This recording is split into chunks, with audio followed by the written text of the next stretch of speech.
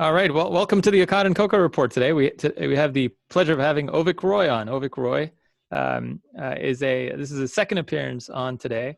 Um, Avik is currently founder and leads the FREOPP Institute, which is a think tank that puts out all sorts of great health policy related stuff that I've always found incredibly practical. And he's on here today to talk about um, the FREOPP plan for reopening. So we'll start. First of all, thanks for coming on. Sure. I know it's super busy because you put out the plan and you've been all over the place. I see. What we'll start with what are your thoughts on what you know today related to the pandemic as opposed to a month ago? What do you know today? What don't you know? What do you still want to know? Well, boy, we could spend the whole hour talking about about that topic. I mean, particularly with the preprint press. I mean, there's lots of interesting stuff coming out every day. What I would say is, broadly speaking, if we talk really at a 10,000 foot level, Right. I think what we're seeing more is a reinforcement of what we already suspected or could glean from preliminary evidence. I don't think we're seeing anything dramatically shocking that completely changes our perspective of what's going on here. For example, we see more and more accumulation of evidence about the disproportionate impact of COVID-19 on the elderly population.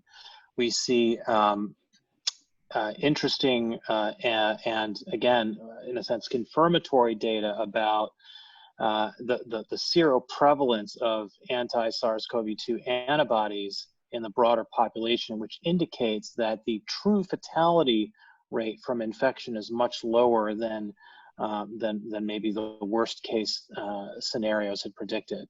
And I think the one thing that's probably new today rather than a month ago, the one thing that really is interesting and I think is something worth thinking a lot harder about, is that the trajectory of hospitalizations, fatalities, et cetera, has not been that different regardless of the policy response across the world. So if you look at the countries that have been most aggressive in terms of the lockdown versus, say, a Sweden, which has been relatively light touch on the lockdown, the curves look pretty similar.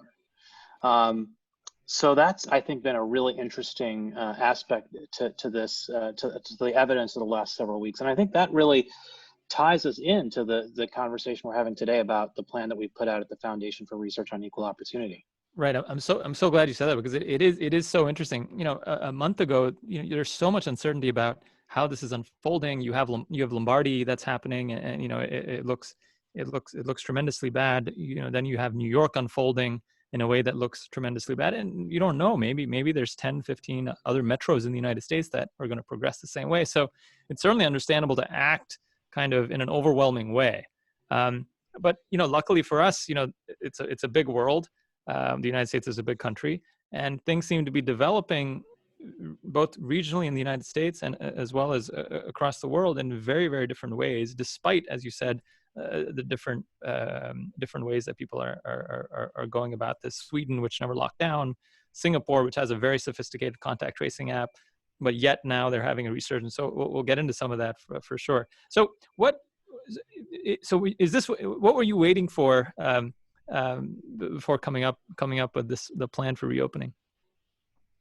Well, I wouldn't say that we were so much waiting as much as there was a moment that we felt there was a need to respond to, which was to say there was a consensus, really an overwhelming and bipartisan consensus about what tests we needed to pass in order to reopen the economy. Scaling up testing, developing a new treatment for the disease of COVID-19, herd immunity, developing a vaccine or being on track to do so. Unless the conventional wisdom put out, which was echoed by think tanks, policymakers, public health officials across the aisles, was if we don't do those things, we can't reopen the economy.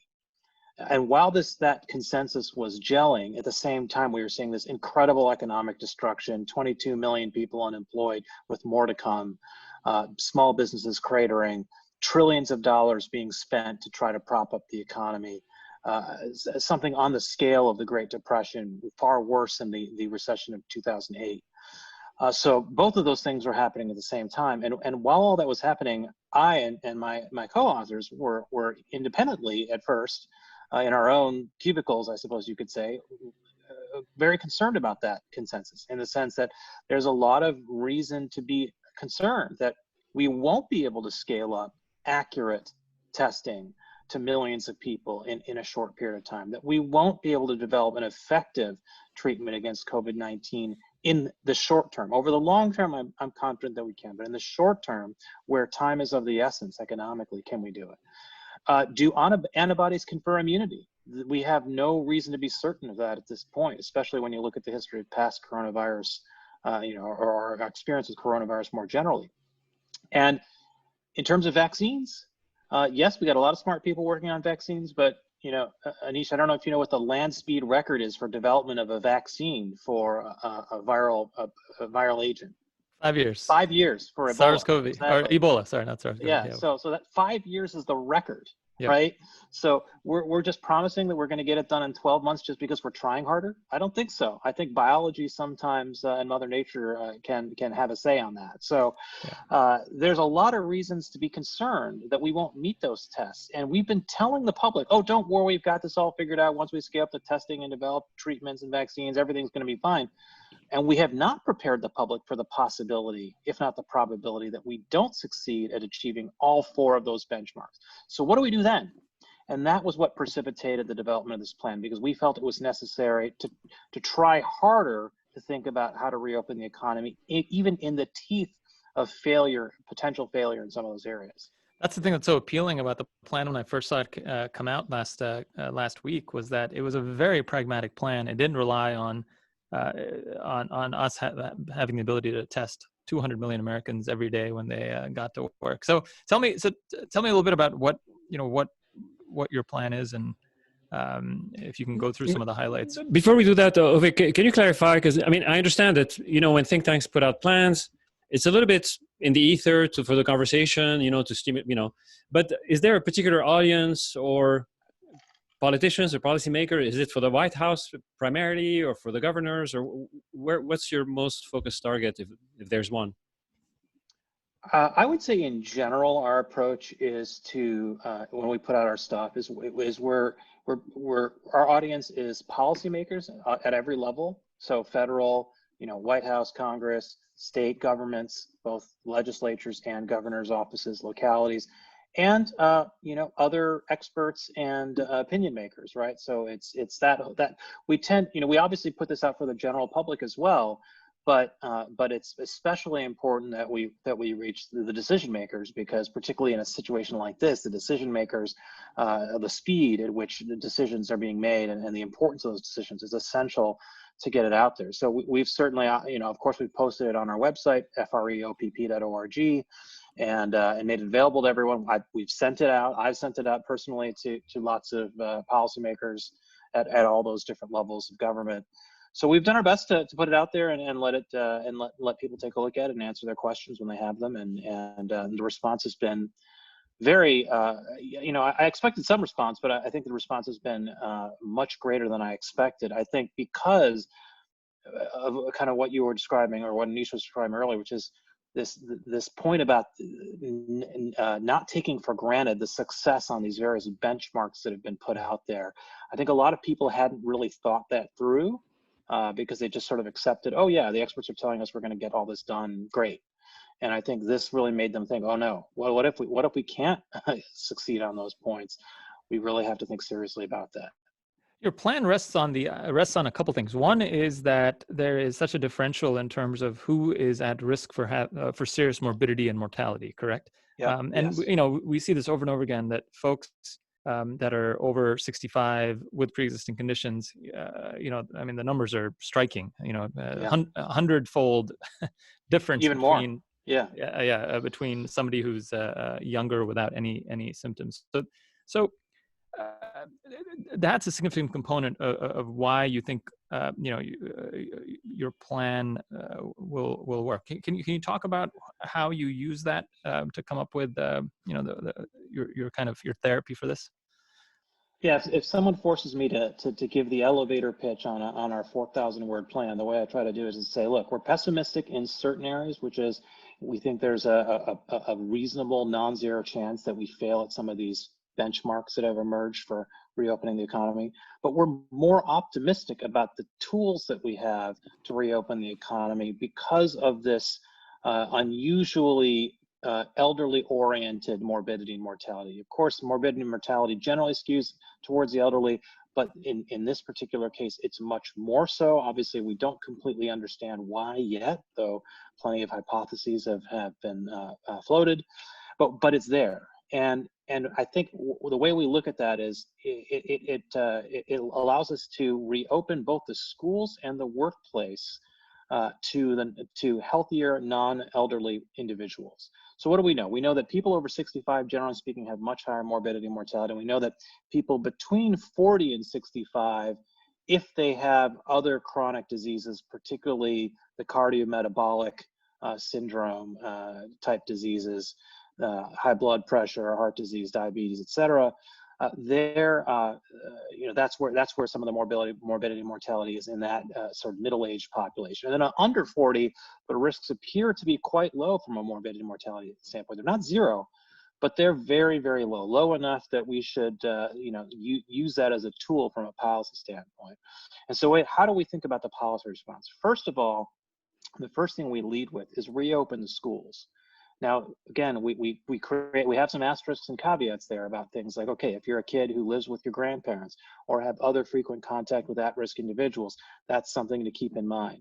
But wherever possible, we should reopen the schools and to as many people as possible, and of course, enable virtual learning for those who still have to stay at home. But if we can do that, not only is it important for those children, but it's important for the parents of those children who otherwise can't work. There are plenty of people. Imagine a single mom who's a pharmacist. So right now, pharmacies are open. They're essential businesses.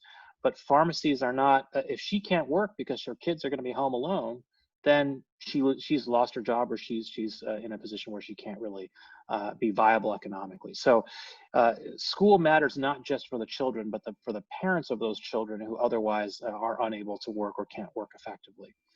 And the next piece of the puzzle is how you reopen workplaces. And we have a two-part kind of suggestion there. The first is, let's reopen the workplace for younger people, right? Lower risk people should be able to go back to work. And secondly, let's have the workplace, let's incentivize workplaces through tax credits to test their workers.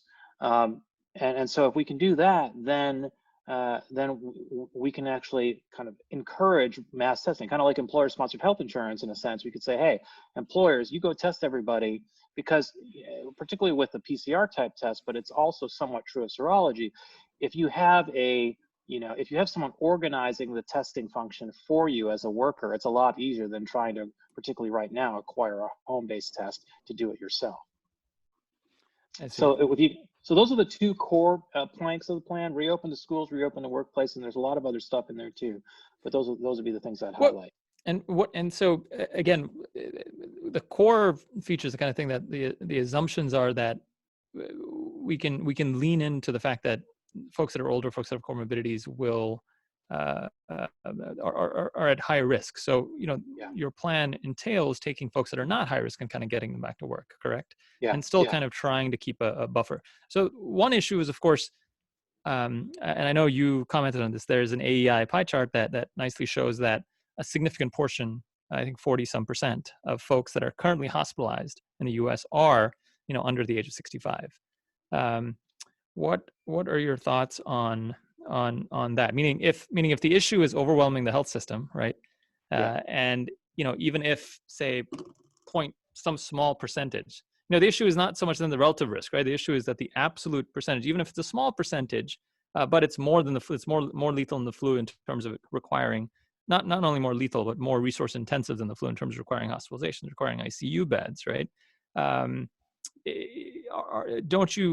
you worried that plan in a population that just is is naive to the to this novel virus, could overwhelm the system in regional areas? Well, this is a really important point, which is to say, why did we lock down in the first place? We locked down in the first place because the fear was that if we didn't lock down, hospitals would get overwhelmed Italy style, and there would not be enough ICU beds, not enough ventilator capacity to actually care for the people who had severe acute respiratory syndrome. That was the original idea. So what do we find now? What do we find? What we find now is that in the vast majority of the country, hospital utilization is down. So much so that when United Healthcare or United Health Group reported its quarterly earnings a few days ago, they said that utilization was markedly lower, and they actually beat Wall Street's earnings estimates because hospital capacity in general is much higher. That is to say, bed utilization is much lower than what was anticipated because non-essential procedures and a lot of other things are not happening, but also because social distancing means nobody's getting the flu and things like that. So right now we appear to have, in most places, even in New York City, amazingly enough, we appear to have enough hospital capacity to start to talk about reopening the economy, and particularly a kind of reopening that we're talking about, right? Which is not a open the floodgates reopening, but a gradual strategic reopening. Yeah, it looks like New York kind of made it through in terms of, you know, bending but not breaking. I mean, they didn't use much of the excess capacity that was built for them, the comfort, et cetera. But, you know, New York City also has it's such a unique case, right? You know, New York City, Totally. in terms of having this highly dense, massive need, right? I mean, no Completely agree. epicenter in the world was dealing with what the New Jersey metro area was dealing with, which is like 11,000 new cases a day. So you would hope that other systems, but I mean, one way to the think about need the would not be as U.S. great if there was a. I was just going to say one thing. One way to think about the U.S. policy response is you have to kind of think of New York City and the tri-state area as a separate country from the rest of the U.S. Because effectively, what's happening here is what the rest of the country is experiencing and what the tri-state area is experiencing are totally different, and the policy responses should be totally different, you know, or at least take that into account. No question.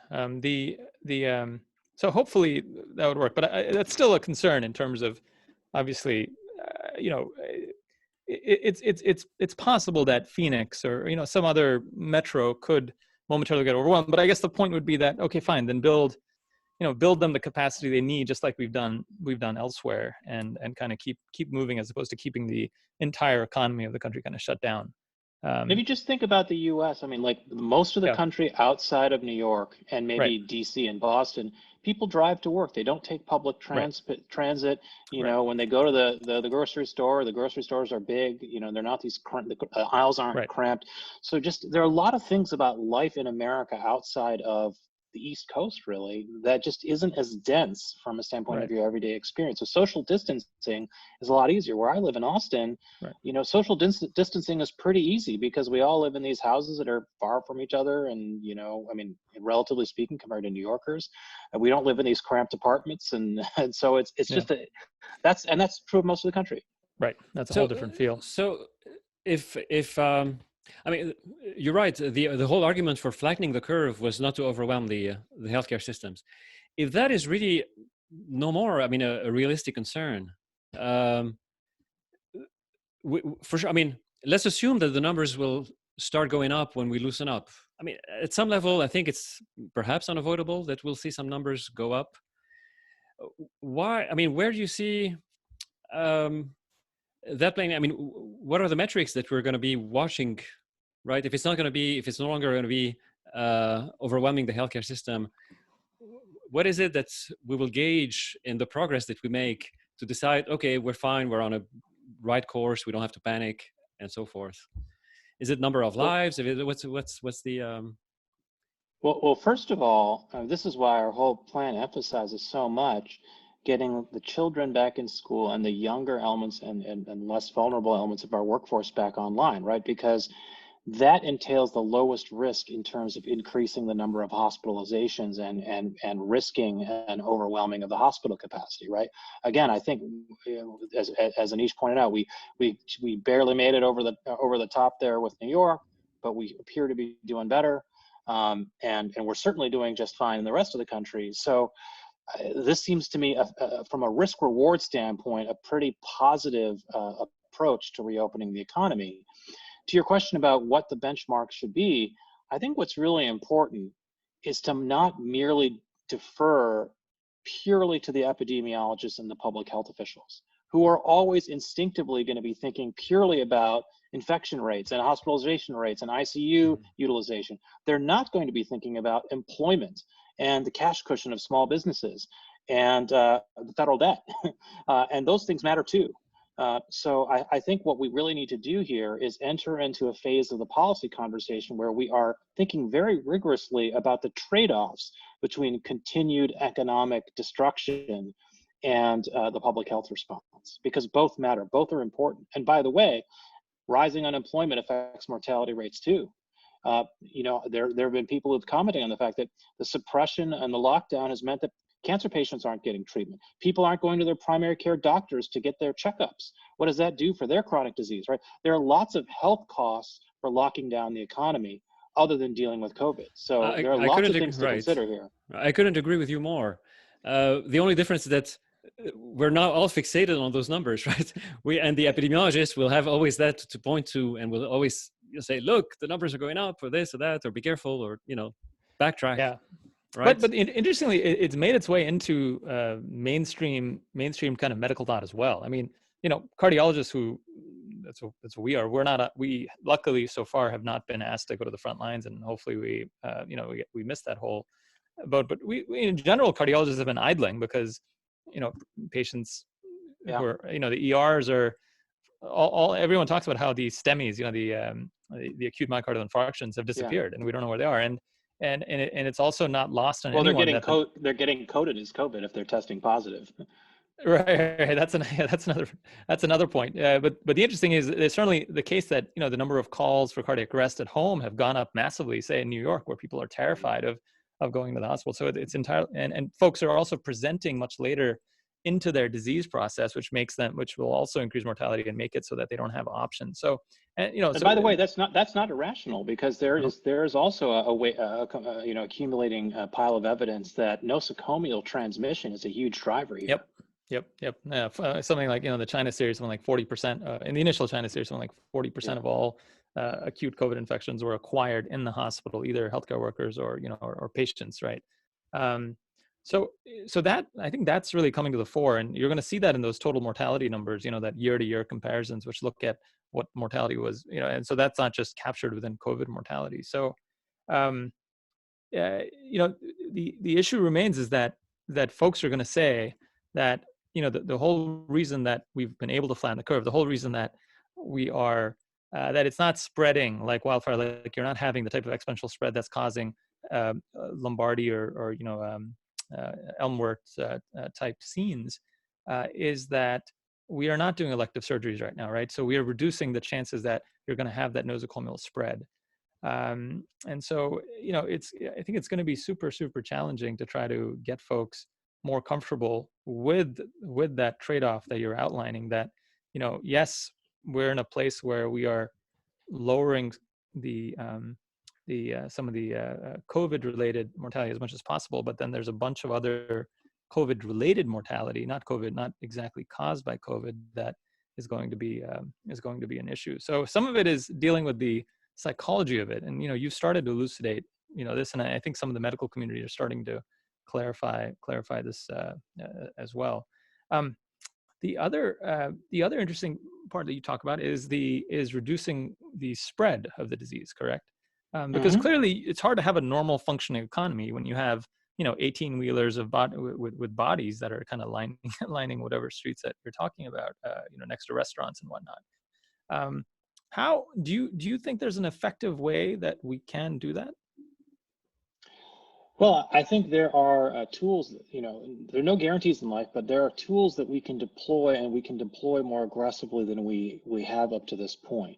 And some of that has to do with the controversies around, you know, around their use. So listeners to your podcast will probably be familiar with this idea of contact tracing, which is really a very old traditional public health technique, where someone gets infected, you interview that individual to find out who else they've talked to or been around in the last couple of weeks or couple of days, and then reach out and contact those individuals and just kind of do this backward facing analysis to figure out who's at risk, who needs to be quarantined, et cetera. that's a tool that's been out there for a long time. The difference now is we have these GPS and Bluetooth enabled smartphones that can amplify that work, and in fact, this is what Facebook does every day. If I show up at a conference and I'm around you guys, if I go to the ACC conference in the spring, and you guys are there, then maybe Facebook will say to me, well, you might know Michelle God, blah, blah, blah, blah, right? And just because we're at the same place. So contact tracing of a kind is being done by Facebook and Google and all these people every day. But obviously this is very different because of the public health component and the potential involvement of government. But the idea is that your smartphone can help be an indicator of where you've been and how you've traveled and who you've been in touch with. And particularly the East Asian countries like South Korea, Taiwan, and Singapore have deployed this techified version of contact tracing to meaningful effect, or so it would appear. So Google and Apple a few days ago or a week ago announced that they are collaborating on a software backbone called an application programmable interface, or API, that would allow third-party developers to build apps that could help do this in the United States. So that's something that we could do more of. And the virtue of it, we'll talk about the virtue first and the disadvantage. The virtue of it is that in a time when it has proven difficult to scale up testing, contact tracing is a kind of force multiplier that allows us to deploy testing more strategically around people who are most at risk, and use contact tracing to fill in our gap in terms of testing. The flip side of it, of course, is there are plenty of people who are concerned about the privacy implications of contact tracing. And what I say to some of my libertarian friends is, look, I respect those concerns, but at the end of the day, right now we're in a situation where our economy is locked down. What is a greater threat to your liberty?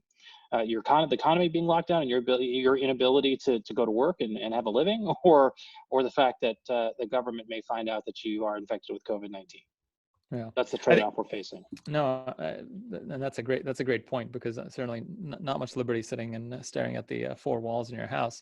I've been following the contact tracing stuff, and it's interesting. And the places to really follow, were places that were doing it in a fairly robust way. And Singapore seemed to be one of those places that was doing it in a robust way. It's a small country, and they have in relation to the population, they seem to have a fairly robust public health infrastructure, because they had to deal with SARS. But prior to that, and they kind of activated this whole system, and you download an app and you come in. But the interesting thing with Singapore is that Singapore never did not lock down until very, very late, not till just, I think, a week or a week and a half ago or so. They kept businesses open, they kept schools open. And the idea was that by restricting travel in Singapore, for Singaporean citizens, if you were coming back into the country, you had to quarantine at home. For folks that were not Singaporean citizens, they actually had a special place for you to go to quarantine. So that's how they controlled travel in. And they, of course, restricted folks from, Wuhan and whatnot. They had all sorts of other stuff. And then on top of that, they had the contact tracing kind of layered on top of that, which is similar to what I think you're talking about doing. Interestingly, about 2 weeks ago, now 3 weeks ago or so, when the rest of the world shut down, there were about 200,000 Singaporeans that returned. These were Singaporean, citizens that returned to Singapore. And, it's relatively clear that about 2-3 weeks after that happened, despite the contact tracing, despite, the kind of tech they have, and I think they had Bluetooth, the Bluetooth stuff that allows you to kind of anonymously figure out who you may have come into contact with. It's not working. At this point, they have community spread. And once you have community spread, you can forget about trying to do contact tracing. So it's an interesting lesson that leads me into the other thing I loved about your plan, which was you're the only one that's talking about regional travel travel restrictions of some kind, because I think it seems relatively clear from the experiences that everyone's going through that without having some type of restriction of travel from places that are hot to places that are safe, you're not going to be able to successfully really do much of anything. And to be clear, what you're describing is domestic yes, U.S. Regional travel or interregional travel, which is important. Yeah, and you talked about, and actually I didn't know that Governor Abbott had actually put in a forced 14-day quarantine for folks coming in from Louisiana. Louisiana when it was hot in New Orleans and stuff. Why is it that you're the only folks to mention? I don't find it mentioned, domestic stuff. I don't find it mentioned at any of the thousands of hours of press conferences that have been given now. I don't find it mentioned by other think tanks. Why is this travel thing such a taboo? You know, I don't have a good answer for you as to why nobody else has brought it up. I mean, to us, it seemed like an obvious thing, and maybe it's because we're headquartered. My think tank is headquartered in Austin, though we also have headquarters in Washington, D.C., and so we're more aware of what states like Texas were doing. So that could be part of it, but I think also, you know, the important thing here is the constitutional sensitivity, which is important to raise, which is that traditionally regulation of interstate commerce is done at the congressional level, and so it's something that I think just people just figured, well, there's nothing you can really do about it. But actually, you know, we should consider it because of the public health emergency, that there should be a sunsetted temporary safe harbor for states to institute the kinds of steps that the governor of Texas, Greg Abbott, instituted in response to the New Orleans breakout. Because New Orleans is very close to Houston, so it's very easy for people who want to.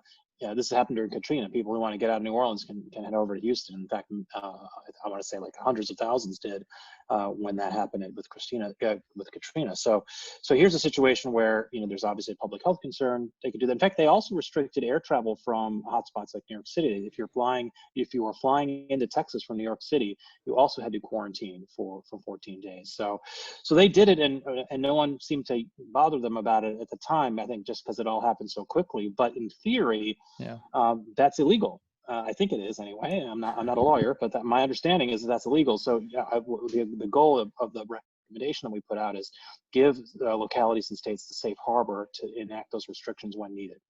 But sure to be clear, like... to be clear on the merit of that approach, because Anish, you were just saying a moment ago that once it's in the community, then forget it.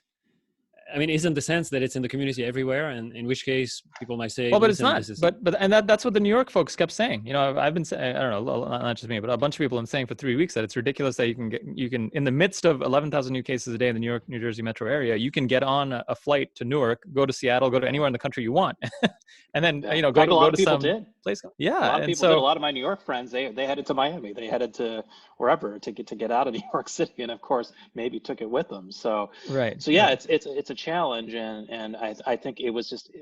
Look, I think there's been a lot of criticism of policymakers for not moving too quickly, but there's an understandable reluctance on the matter of, when it comes to policymakers to institute these kind of restrictions. Think about when, Trump likes to talk about this. When he instituted the travel ban from China, everyone with a graduate degree was lecturing him on how xenophobic it was to institute a travel ban from China. It turned out to be a reasonably intelligent decision. Maybe depending on your point of view, you might think it's one of the few, but he did it, and he also restricted travel from Europe relatively early on. When again, people thought the expert opinion was travel bans don't actually restrict the flow of transmission. So. It was just one of those things that was relatively controversial. So all that to say that travel restrictions have been a thing that I guess for whatever reason people have been reluctant to do. Maybe because they themselves travel so much, maybe they felt the pain of travel restrictions more than others, and therefore didn't want to do it. It makes zero sense. I think again, I encourage everyone to go to the plan. It's a very well laid out, very easy to read plan. It's on FREOPP.org. We're not funded by FREOPP or anything. I just found it to be excellently well done.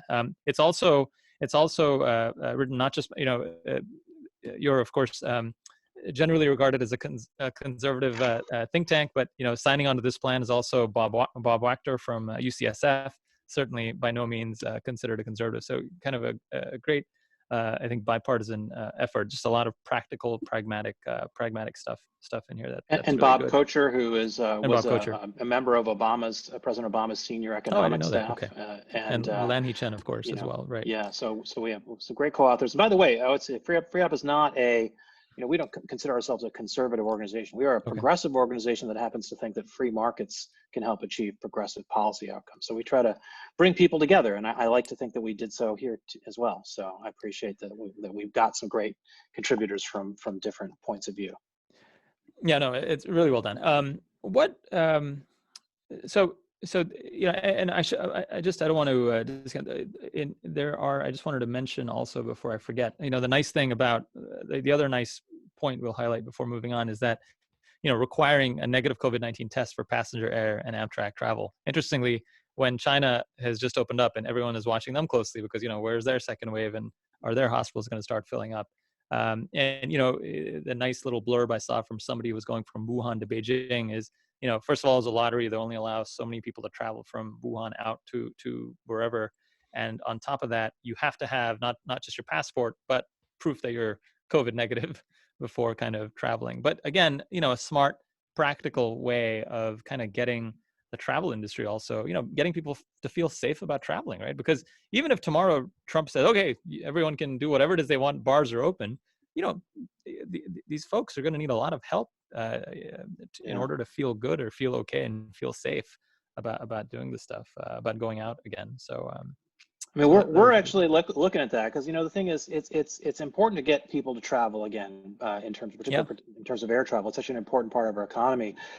But prior, if you look at 2019, in 2019, the average passengers per day on domestic air travel was like 2.4 million. So, if we don't, some of those are round trips and some of those are the same people, of course, but we're not at the scale of testing that we can get. We need to be to get all those people back. But could we get enough of them back, particularly the frequent flyers where you can get tested and you can maybe keep the middle seats empty and things like that. Yep. There are lots of things we can do, and we're looking at those recommendations and actively trying to refine them because we do think that restoring air travel is really important. Yeah, it's really great. What are your thoughts on what the White House has done in terms of laying out? A couple of days ago, they set out a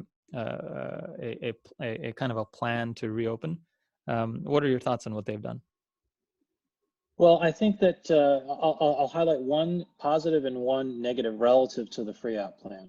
The one positive, I think the one area where I feel like I like to think our work influenced their thinking was their plan did not have explicit benchmarks in terms of testing or developing treatments or developing a vaccine. It looked purely at infection, particularly hospitalization rates, which is just what we were talking about, right? That the lockdown has been driven by hospital capacity. If the hospital capacity is okay and your curves are starting to flatten, that's a good reason to start to reopen the economy. So I feel like that was meaningful progress relative to the public policy paradigm we were dealing with prior to the release of our paper. The one area where I think their recommendations really diverged from ours was on reopening the schools. They described reopening the schools as, in their parlance, a stage 2 event. So once you've not only flattened the curve, but flattened it a second time or for a prolonged period, then you can reopen the schools. Whereas our view is we can reopen the schools today because children have a close to zero risk of being hospitalized for COVID-19. The issue, of course, is that the whole reason I think they went after kids was kids are a vector. We assume they're a vector. There's some, there's some evidence that kids are not as much of a vector as adults. Yeah, no, I saw that. I think a couple of days ago it came out showing that they don't appear to have any antibodies at all, suggesting that they may not be getting the disease, which by itself is very interesting. But one of the issues we've been having, certainly on the medical side, and this relates to what we're talking about, is that it's been very hard to keep nursing homes kind of free of disease, right? And when you think about trying to seclude a vulnerable population, it would seem like a reasonable thing to do would be to kind of take a vulnerable population and put them somewhere, right? Nursing homes are kind of that simulation, if you will, and that simulation has gone very, very, very badly. Yeah. What's even worse in Europe, where roughly half the deaths from COVID-19 are happening in nursing homes. So it's even worse there than it is here. Wow. So, again, without having some type of, even if you had some type of central quarantine route of taking all the vulnerable and sick and putting them into, say, hotels, right? Well, we've done that with nursing homes, kind of, and that's a miserable failure. And again, it ties into this whole school issue, right? I mean, assuming this, if it bears out that kids are not vectors, wonderful. Right now, I think it's still, everyone still leans on the fact that they could be vectors for this. Yeah. And we don't bring that up in the paper because the evidence is too preliminary. Right. How the heck does one exactly protect the vulnerable, the elderly in their homes if you have the rest of the community kind of out and about, kind of mixing together? So doesn't it make sense then Yeah. to kind of delay, school closing till you have, a level of cases in the community that's much, much lower? You mean delay school reopening? Right, right. Yeah, I would say a couple things. One, localities can experiment with different versions of this. For example, you could have a locality that's very strict with re-entry criteria for schools and forces you to they know what, your birth date because of their own, stuff. So they could be very aggressive about it at the local school level or even at the state level. Other states or localities may say, you know what, if you're 67 or you're 70 and you live with your school-age child or grandchild, then and you're willing to take that risk on, we're going to let you be responsible for that and sign a waiver saying, so long as you understand that these are the risks, you can let your kid back in school. So there may be, various strategies like that at the local level, the state level, we enable families to deploy. And one thing we actually want to do, because we've gotten a lot of interest in this, this reopening the schools part of our plan, is to really flesh it out. Flesh out exactly what are some of the policy options that states and localities would have to partially reopen schools in this way. And by the way, what do we need to do for the kids who still have to stay home? So if you do live with your grandparents or other at-risk individuals, Right. what can we do to make sure virtual learning opportunities are there for you so you're not being left behind as your classmates go to school? But the way I look at it and the way my co-authors look at it, and we've talked about this, is partial reopening is better than complete closure, because it's incredibly important for the reasons we've talked about already to reopen school, both for the kids and for the parents of those kids who need to work. And even if some people are temporarily kept at home during that period, it's still such an important benefit for those who really can go to school that we need to be able to offer to them as soon as possible. The what are your thoughts on the idea, like, you don't focus much on testing, other than to say that we're not going to have the testing that we ideally would want. Right.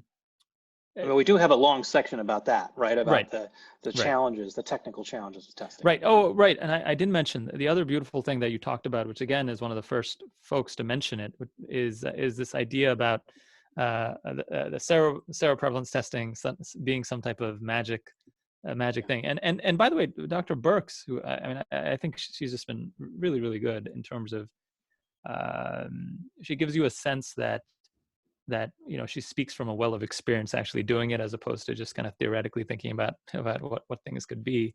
And she's been bringing up for some time this idea that unless you have a test that's well validated, what exactly does it mean? And you bring up the same thing, and you nicely speak to it very well, that you need, if you want to test widely, and so that's assuming a relatively low prevalence population, you have to have a specificity of a test that's very, very high to work. I mean, above 99.5%. And I can tell you, the audience knows this, but we have very, very few tests that are 99.5% specific. So these tests are not going to be some type of magic thing that allows, things to happen. And you can see that based on the seroprevalence data from Santa Clara that came out. The moment it came out, and that of course suggested this much higher degree of folks that are asymptomatic that may have had it, almost immediately there was an avalanche of folks that were pointing out the errors in it. And a lot of the errors have to relate to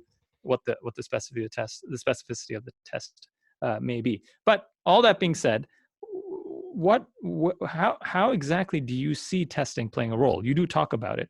What type of testing? I know you talk about some work testing. What role does it really have? Is it in finding just the acute people, in finding folks that are acutely ill when they get to the office, or should we be doing some type of seroprevalence test, even though we don't have a test that we know is well validated and that good? And Ethan, I mean, I think this might even be the most interesting question you've asked, because it's really the way tests are being perceived by the public and by policymakers, and the reality of how tests can and should be utilized. I think there's a huge gap there.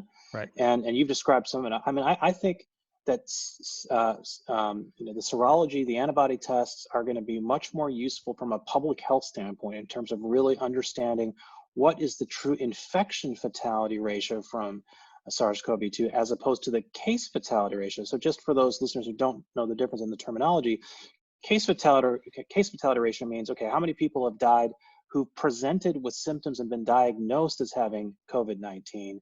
Infection fatality ratio means it takes also into account the asymptomatic patients who are not presenting to a clinician with any COVID-19 type symptoms. That infection fatality ratio is much more important from a public health standpoint. And if it's true that Santa Clara and LA County just put out some data of its own, if we're seeing 50 to 60-fold increases in infection rate versus case rate, that's very positive in terms of the fatality rate from being infected, and that may give us more confidence in terms of the ability to reopen the economy. So I think that's actually the bigger utility to the serology testing than maybe just taking a test and feeling, okay, it's all solved. I don't have COVID because I've got a negative test.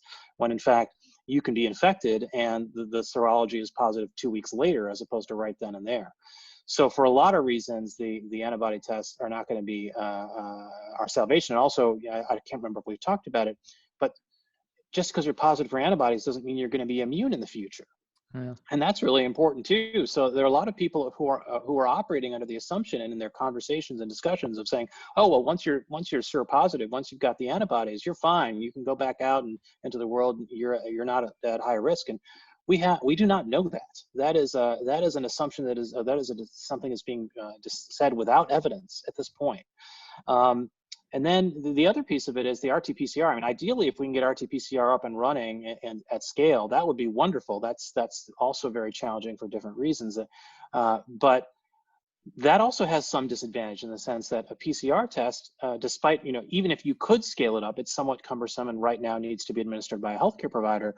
But if you could scale up RT-PCR, what that does is that tells you what the viral load in your system is right now as a patient. But if you've been infected in the past and your immune system has cleared the infection, whether specifically through antibodies or non-specifically, the PCR test won't tell you if you've actually been infected before. So both the antibody test and the PCR test have a role, but neither of them really give us all the answers that we need. And so when people say, oh, look, we're just scale up testing and everything's going to be fine, it's an incredibly oversimplification of what's really going on here.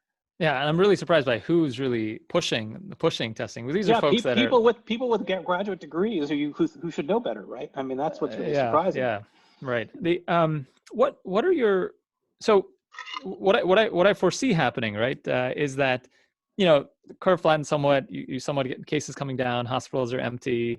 You start opening up, and then something like Singapore happens, right? Where in a densely packed community, perhaps somewhere, perhaps a nursing home like what happened in Washington. You're going to get this outbreak, right? And that's going to happen. There's no question that's going to happen between now and 2021 or whenever vaccine or herd immunity arrives, whichever first. What should we do with that? How should we handle that? Well, what we talked about earlier, which is to say that it really comes down to the issue of hospital capacity. If infection rates go up and even hospitalizations go up, but they're manageable from a hospital capacity standpoint, then we should reopen the economy. Because again, the costs of the economic lockdown are incredible and terrible. And I mean, today, the day we're recording this podcast, the price of West Texas Intermediate crude oil has gone below zero, which means to say people are paying their buyers to take the oil off their hands because the cost of storing that oil is greater than their ability to sell it. That's how bad things are, and that's just one aspect of our economy. There's more to come. I mean, the economic cost of a prolonged shutdown, one thing we have in our paper that we haven't talked about on this podcast, the median small business has an average of 27 days of cash in reserve. And yes, some of those businesses have been helped by the big $2 trillion stimulus package that Congress passed, but a lot of them have not. And a lot of those businesses are running out of money, and when they do, they'll never come back. And we will be faced with an economy in which the small business part of the ecosystem is totally decimated, and we're left with a bunch of gigantic corporations running everything. That's not really good, whatever your ideology is. So there are a lot of serious consequences to keeping the economy closed, and that has to be, as we've said, part of the conversation, not merely the infection rates. Certainly, that trade-off is going to need to be clarified in a better way.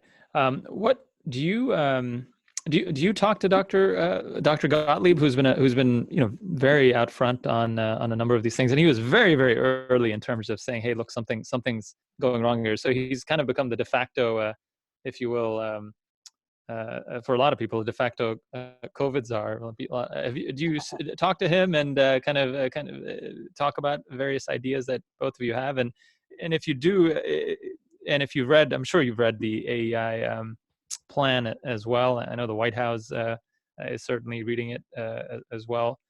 What are your thoughts on some kind of positives and in places maybe you would do things a little different? Yeah, well, Scott and I are old friends. I'll keep our conversations to ourselves, but I will say that it's been great that he's been out there, being able to to articulate a lot of stuff and give people a certain amount of comfort that good advice is getting to the White House. We do refer to the AEI plan in the FREOPP plan, and because the AEI plan, which has many virtues, when it came out, did reflect this public policy consensus of, well, you got to have the testing, and you got to have the treatments, and you got to have the vaccine before you can completely unlock the economy. And I think on that front, that's where our plan sort of departs from the approach that Scott and his colleagues, who are all very esteemed and important people whose voices should be listened to. Mark McClellan, for example, who also has a lot of experience in terms of being a policymaker. And some academics who do important research in this area as well. So great people involved in that AEI plan. And I think we have a disagreement with them in terms of the opportunity to reopen parts of the economy. And part of that may come from the fact that Scott, one of his day jobs, he has many, but one of his day jobs is as a hospitalist in New York City. And so he, I think, comes at this problem as somebody who is very sensitive to the issue of hospital capacity. Another thing worth mentioning is that a lot of the people who are veterans of the George W. Bush administration, as both McClellan and Scott Gottlieb are, George W. Bush actually was paranoid about the potential of a pandemic to wreak havoc in the United States, and actually put together a task force with which a lot of HHS staffers were involved in planning for, in terms of what a future pandemic could look like. And the reason I bring that up is that's good in a sense that the Bush administration really cared about this, but the weakness intellectually is so much of that preparation used influenza and the 1918 Spanish flu pandemic as a paradigm for what we should do now. And one thing we close with in our paper is the concept that, yes, coronavirus is not the flu. And that's not just a rebuke against those who compared it to the flu in the sense of not wanting to be concerned, but it matters from a public health paradigm standpoint as well, because so much of the policy response has been driven by the idea that, well, here's what we did in 1918, let's do that now, when particularly this skew in the morbidity and mortality towards the elderly in the context of COVID-19 is an incredibly important differentiator in terms of how we should think about the policy response now. And I worry that too many people who are really smart and have a lot of expertise in public health are leaning too hard on their flu pandemic experience and not thinking specifically about the situation we find ourselves today. That's interesting. When Michelle asked about, who are you influencing, or who is this written for, I couldn't help but think, because it helped to think that in kind of watching, what Scott's, Dr. Gottlieb's kind of pronouncements in his interviews have been, you can almost see the moderation kind of happening in real time over the last week to 10 days. And that, today, yesterday, he's starting to talk about saying, like, we're probably not going to have the testing available that I would want. We're going to have to come up with a plan to open, which sounds a heck of a lot like what you're saying. So I think it points to the fact, we'll let you go here in a minute, but it points to the fact of how important it is to have a myriad of voices across the spectrum in terms of where folks are coming from. And one of the problems I've found with public health, not just when it comes to pandemics, when it comes to Medicaid, when it comes to policy that relates to health insurance or whatnot, is that everyone comes from an ideological the same ideological cloth, if you will, and that's not a healthy environment, because it makes folks a lot sharper when you can kind of have different folks coming from different perspectives. So I think you and FREOPP are just very important, and this most recent pandemic opening plan that you've kind of put out is an important part of that kind of tapestry that we have. So Michelle, anything else? No, just I mean, one maybe final a little philosophical thought is, which I think your plan is more sympathetic to, meaning assuming the worst case scenario, more pessimistic scenario, the country, the world has to adapt to living in a COVID reality. Meaning it's possible despite the best efforts of science, and clearly over time there'll be progress and whatnot, but we will need to accept, and to adapt and to change the way we live and so forth, according to that reality.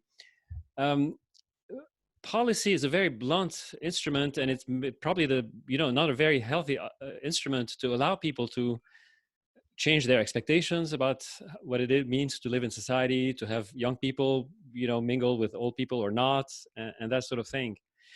And I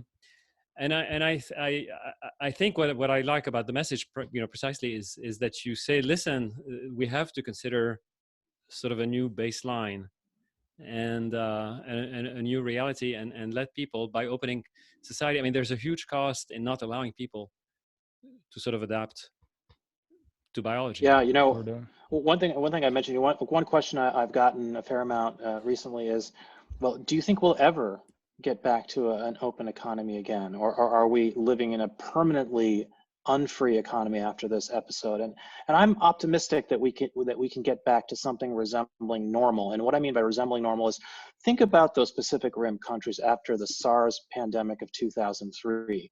If you look at Singapore, you look at Taiwan, look at Hong Kong, these are countries that, there are there's the Heritage and the Fraser Institute both put out these rankings of countries by economic freedom, and those countries are at the top of the list, even above the United States in many instances, even after SARS. In other words, they managed to restore some sort of normalcy. Now, anytime there's a threat of a pandemic, they've got their masks out, or even if you got sick in any way, if you go to public transit in Singapore, lots of people are running out with masks in normal times, right, in the wintertime especially. So there's an adjustment that goes on in terms of just hygiene and how you as an individual think about your responsibility to public health. But somehow they managed to recover from SARS and have something resembling a normal life again without permanent damage to the vibrancy of their economy. So my hope is that with the right resolve in the United States, we can do the same thing here. Excellent, excellent. Sarah, thank you so much for spending an hour with us. That was really, really enlightening. Again, I urge folks to go to freopp.org, FREOPP.org, and take a look at the plan. Really, really some thoughtful stuff. So really great. Hey, thanks again. Thanks again. Thanks for all the praise. I really appreciate it. Yeah.